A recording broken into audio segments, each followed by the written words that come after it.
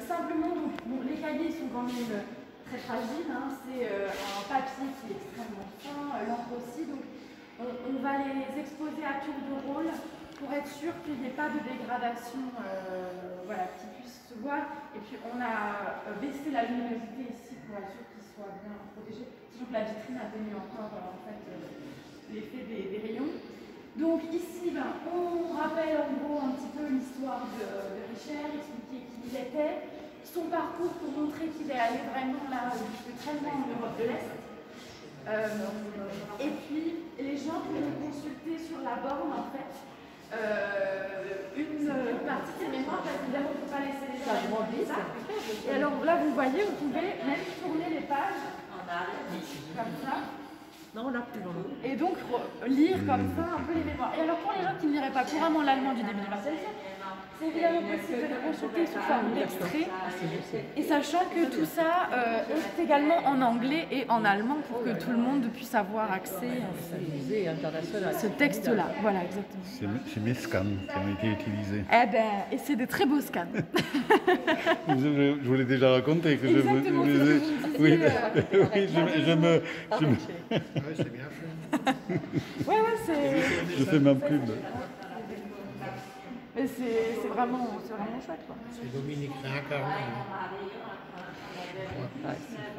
Alors, comme disait Jean-Claude Fraffa, si Dominique savait ça, que ses cahiers étaient conservés dans ici. une vitrine blindée, il m'a écrit ça.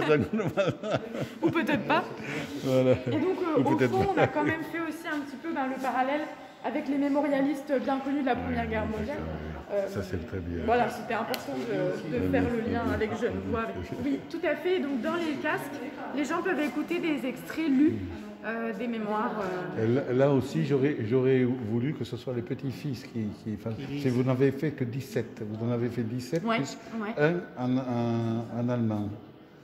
Non, il n'y en a pas qu'un en allemand. En allemand et en anglais, il y en a plusieurs. Il y en a plusieurs. À un moment donné, je leur avais dit... Il a travaillé pour une firme allemande et il travaille encore comme consultant là-dessus. Donc... Mais c'est des enregistrements qui peuvent à terme être remplacés. Non, pas remplacer ou ajouter. Ou ajouter un ou deux, ça peut faire... Oui, les petits-enfants qui ont participé. Et même à un moment donné, je voulais, les enfants de l'école de Danemarie pouvaient aussi participer et vous savez, à ça. sinon, l'autre chose, c'est que on se créera probablement à terme un audio guide sur une application qui est en train de se développer. Et là, je sais qu'il y a des choses qui seront lues. Justement, l'audio guide vous explique un peu. Et après, pourquoi pas aussi, parce que en plus, les enregistrements, là, on écoute simplement les extraits, il n'y a pas vraiment de contexte. Mais dans un audio guide, c'est très facile d'expliquer. Vous allez maintenant entendre des extraits lus par les arrière-petits-fils de Dominique Richer. Et ça pourrait faire vraiment quelque chose de très très chouette. Ce qui me manque des cahiers, mais j'ai une parente qui peut le faire, c'est-à-dire que là, le cahier 2, voilà, quelle période ça correspond, combien souvent on a, pardon, voilà, donc là c'est la Noël, ou je suppose, comme ça on peut faire comme ça, oui. Voilà, c'est-à-dire ce qui me manque moi pour savoir les étapes, à quoi ça correspond dans les étapes, dans ces différentes, voilà, par rapport au texte original. Alors, les dernières informations, ça serait du gothique, ça ne pas du Sütterlin. Le gothique a apparu en 40-45 au moment où l'Allemagne était. C'est pas Sütterlin, c'est 1915. 1915. Il n'a pas pu apprendre voilà. Sütterlin donc c'est dans du les gothique, tranchées. c'est bien du gothique. C'est du Schrift. Exactement. Je crois qu'on l'a écrit. Je ne sais plus comment on revient au menu. Normalement, c'était mercredi. Non, là c'est bien fait. D'accord. Ça c'est moi qui ai corrigé. D'accord, c'est parce bien. Que effectivement j'avais relu le texte ici. J'avais vu que c'était écrit Sütterlin. Je savais que le Sütterlin c'était 1915. Alors, donc c'était pas possible qu'il ait appris ça. Ce qui me manque, c'est avoir les téléphones du conseil scientifique. faites partie du conseil scientifique. J'ai fait partie. Vous faites partie du conseil scientifique. On va voir qu'il y a un échange, parce que moi, c'est pour ça qu'il faut aussi apprendre. Parce que, par exemple, il y a quelqu'un qui a fait ça. Qui a fait ça? Ça veut dire qu'il y a quelqu'un qui est intéressé et qui a pu faire ça. Voilà. Alors je ne sais plus maintenant qui s'était occupé de rédiger les textes. Voilà, ici. c'est ça. C'est pas moi. Moi j'ai fait la section suivante et j'ai fait la dernière section. D'accord. Mais j'ai relu pratiquement tous les textes. Et quand je voyais une erreur, bien sûr, je la signalais. Alors il y a un autre document, c'est le tapuscrit de Jean-Claude Faffa que je vous ai envoyé, qui est aussi intéressant. Si les gens veulent chercher, rechercher, ils ont le texte comme l'a tapé Jean-Claude Faffa, il l'a tapé tel quel. Les Allemands, vous trouverez le livre allemand, il y a des dans le cas des crochets. Ils ont enlevé le texte pour le rendre plus lisible. Et l'autre édition que j'ai faite, c'est l'édition de Jean-Claude Faffa telle quelle. Donc, mais je fais comme je peux. Alors s'il y a quelqu'un qui veut le reprendre, s'il y a un éditeur qui veut le reprendre, alors je suis un petit peu déçu par les éditeurs. Parce que l'édition, on fait l'édition et puis ensuite on ne les retrouve plus pour rééditer. Ça leur coûte cher à l'heure actuelle, etc. Ça, et puis bon, ça dépend sur qui vous tombez, mais il n'y a pas toujours un bon suivi et une bonne commercialisation. Voilà. Je l'ai expérimenté. Alors que finalement, me rabattre sur Amazon où j'ai le monde entier qui peut me le voir, parce que vous avez des associations, des Alsaciennes du monde entier. Super, est-ce que je peux vous demander de nous faire l'explication de ces sujets spécialisés? Ah, je vous fais l'explication. Ça vous permet de faire une petite pause. Donc les deux viaducs de Danemarie ont été construits entre 1855 et 1858. C'est une ligne stratégique puisque c'est la ligne ferroviaire qui relie Paris à Mulhouse et puis à Bâle. C'est pas juste une petite ligne secondaire. D'ailleurs, aujourd'hui encore, c'est une ligne majeure en France et on a les TGV qui passent par là. Ça n'arrive pas encore à Danemarie, j'ai pas réussi et je m'en excuse, mais je persévère. Donc il y a eu au cours de l'histoire de ces deux ouvrages-là 4 destructions, donc lors des 3 conflits franco-allemands. Donc la première 1870, lors de la retraite des troupes françaises et de leur repli vers Belfort, et si on veut, la destruction du viaduc de la Largue.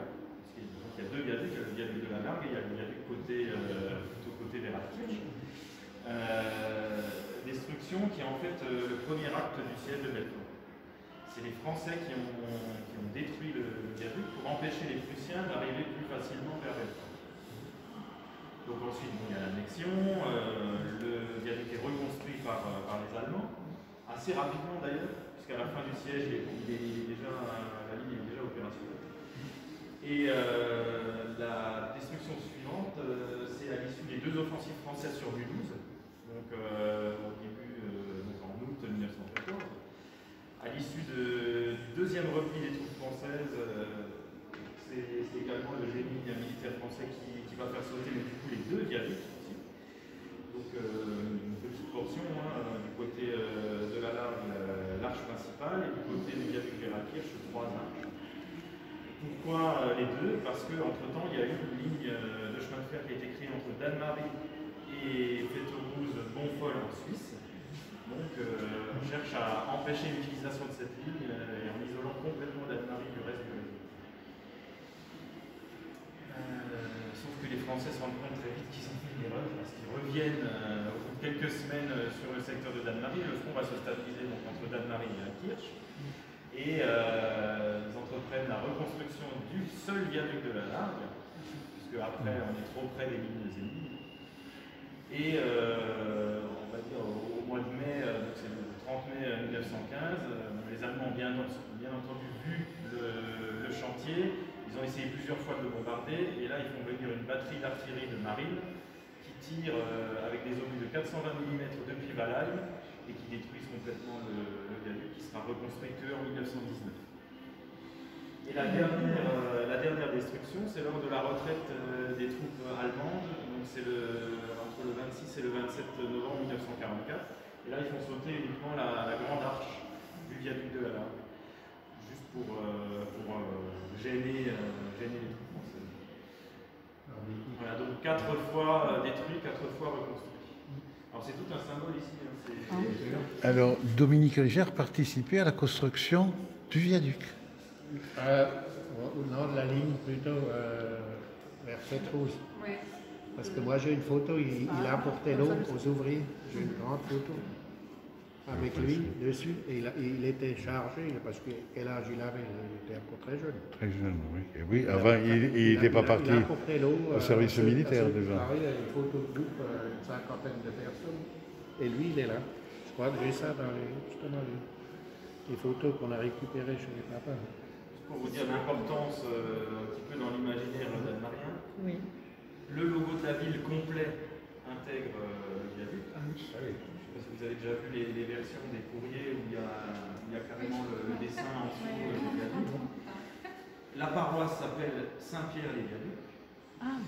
Et le nouveau logo du conseil municipal des enfants, c'est le viaduc avec une cible dessus. Ah, mais c'est très bien, ça fait super. Pour la Très partie bien, ça fait qu'à Le viaduc, c'est tout un symbole, c'est réunir. C'est exactement. Et une berge vers une autre. Hein. Ouais. C'est. Et cette maquette a été réalisée par les étudiants de l'école d'architecture de Strasbourg. En fait, justement exprès, ça leur permettait de mettre aussi un peu en application les enseignements de leurs professeurs.